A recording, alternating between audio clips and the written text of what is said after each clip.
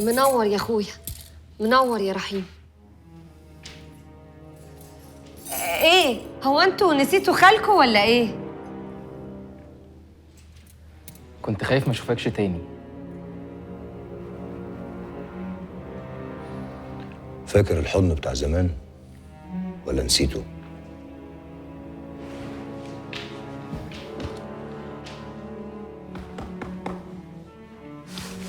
اقعد. ودي بقى رؤية آخر العنقود. ما شفتهاش أنت لما اتولدت؟ كنت في قول ما تتكسفش. لما كنت في السجن انتوا مش حاكين لهم ولا ايه؟ ده سيد يعرف كتير قوي عنه، مش كده ولا ايه يا عرب؟ طب يلا على اوضتكم بقى يا بنات، عشان انتوا عندكم مدارس بكره. يلا يلا على اوضتكم بسرعه. يلا زياد اتكل على الله. هقعد مع خاله شويه وبعد كده هطلع. يا عم اطلع، عايزين نتكلم مع خالك في كلمتين مهمين. ماشي، بس عشان ما نتخانقش. هو انت بتقفش كتير انت وسيد ولا ايه يا زياد؟ لا يا خالو ابدا، ما تشغلش بالك، لينا قاعده مع بعض. الحمد لله على السلامه يا رحيم، الحمد لله على السلامه يا اخويا. الدنيا كانت وحشه قوي من غيرك والله. الدنيا تظبط معايا كده وهبقى اخد منك زياد. كلام ايه ده اللي انت بتقوله؟ زياد عمره ما هيفارقني، ده ابني، وبعدين ده مش كلام انا لوحدي. أنا عمري ما فكرت إنه ابن أختك عزة، ويعلم الله أنا بحبه قد إيه يا رحيم. انا بقولها لك تاني يا رحيم اهو، محدش هياخد مني الواد. زياد ده ابني انا، مش ابن اختي. الله يرحمه. صلوا على النبي يا جماعة. قوم يا رحاب حضري العشاء. عليه الصلاة والسلام. تحب تاكل ايه يا حبيبي؟ لا، ما انا اكلت قبل ما رجاله جوزك يهجموا عليا. يا لهوي، رجالة ايه دول اللي هجموا عليه؟ لا ده سوء تفاهم وخلص في الترقة. اصل رحيم غايب يعني، وفي حاجات كتير قوي ما اعرفهاش.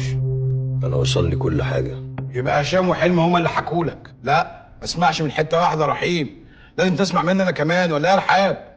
السيد عنده حق، في حاجات كتيرة قوي انت ما تعرفهاش يا رحيم. هشام زعل سيد جامد، عمل حاجات ما ينفعش ابدا تتعمل، ولولا يعني ان سيد عامل لك خاطر ما كانش سكت ابدا. يرضيك يعني هشام يضرب سيد قدام عياله؟ يرضيك يرضيك؟ ما بلاش السير الهلال ده يا رحاب. رحيم خلاص بقى وسطينا. هو انت اخر مره شفت فيها اخوك هشام كان امتى؟ من ساعة الخناقة يعني، من مدة كبيرة كده، تقريبا أكتر من سنة مثلا. طب اخوك متخانق مع جوزك، ما تساليش عليه. طب بلاش، هو ابوكي ذنبه ايه؟ ما أنا بقول لك يا رحيم، في حاجات كتيرة أوي أنت ما تعرفهاش والله. وبعدين أبوك خد صف هشام، هو اللي سابني ومشي بمزاجه. والله. هشام اخوكي مخطوف، محدش يعرف عنه حاجه بقاله فتره. يا لهوي، ومين اللي خطفه؟ ما انا جاي لك علشان اعرف منك اي حاجه تساعدني الاقيه. أنا ما أعرفش عنه أي حاجة، بس إحنا ممكن نوصل له عن طريق مراته. مراته؟ هو هشام اتجوز؟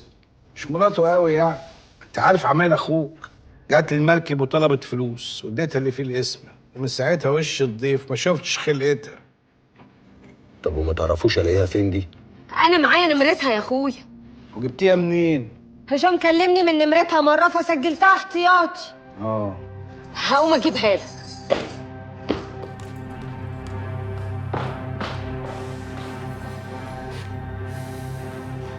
والله ليك شوق يا رحيم.